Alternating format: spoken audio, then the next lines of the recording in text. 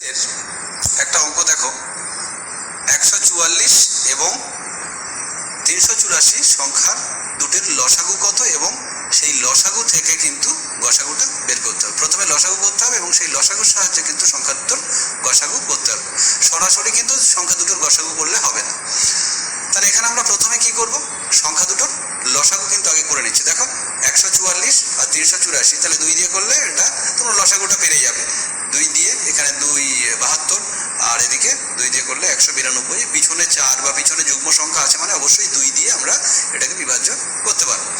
এরপর এখানে সে 3 দিয়ে যখন 9 আর 24 এসেছে, তাহলে 3 3 এ 9, 3 8 এ 24। তাহলে এরপরে কিন্তু আর এটা বিভাজ্য হচ্ছে না কোনো সংখ্যা দিয়ে। তাহলে এই পর্যন্তই আমরা নিচ্ছি। এবারে দেখো লসাগু সমান কত হচ্ছে, তাহলে এগুলো সব গুণ করতে হবে। 2 গুণ 2 গুণ 2 গুণ 2 গুণ 3 গুণ 3 গুণ 8। তাহলে এখানে আর একটা কিন্তু 3 হতো। এবারে সেই 3 দিয়ে তাহলে আমাদের লসাগু কত হচ্ছে দেখো, এগুলো গুণ করলে হচ্ছে কত, 2 2 4 2 8 2 16 3 48, এখানে 48 আর এই 8 3 24 আমরা গুণ করে তাহলে লসাগু কত পাচ্ছি। অর্থাৎ লসাগু সমান হচ্ছে কত, 1152। তাহলে লসাগুটা তোমরা দেখলে কত, 1152। এবারে কি করতে হবে, আমাদের এই লসাগু এর সাহায্যে এই সংখ্যা দুটোর গসাগু বের করতে হবে। তো আমরা জানি, তাহলে কি আমরা জানি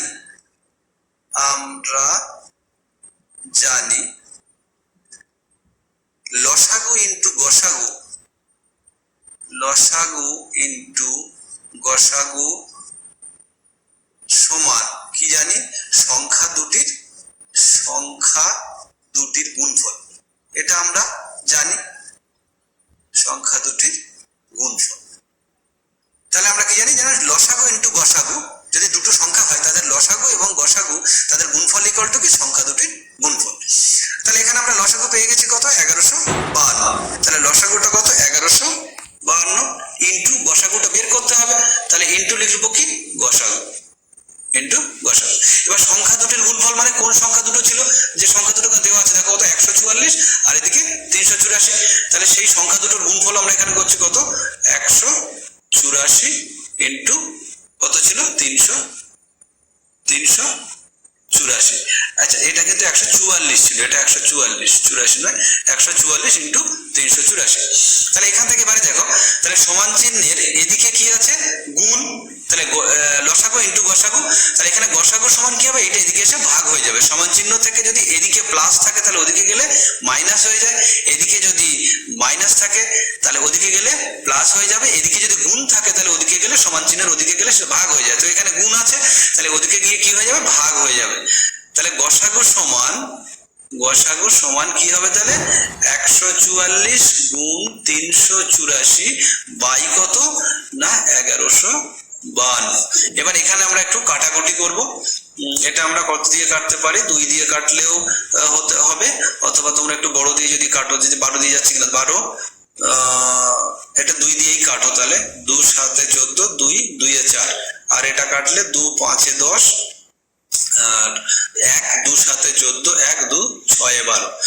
এবারে আমরা এটা কিন্তু একটু বড় সংখ্যা দিয়েই যদি কাটি, তোমরা ছোট পারলে ছোট কেটো, আমি বড় দিয়ে কাটছি। তো 24 3 72, এটা 24 24 576।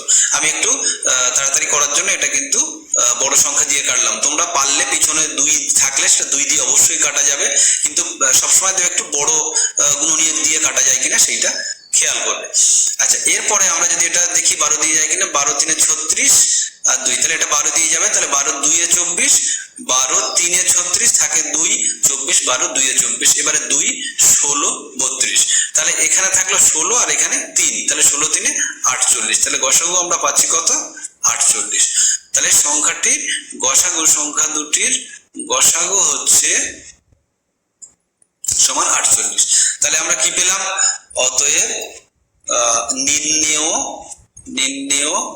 লসাগু সমান পেলাম কত, 1152, আর গসাগু পেলাম কত, 48। এটাই হবে। আচ্ছা, ঠিক আছে। তাহলে এই অঙ্কটা তোমরা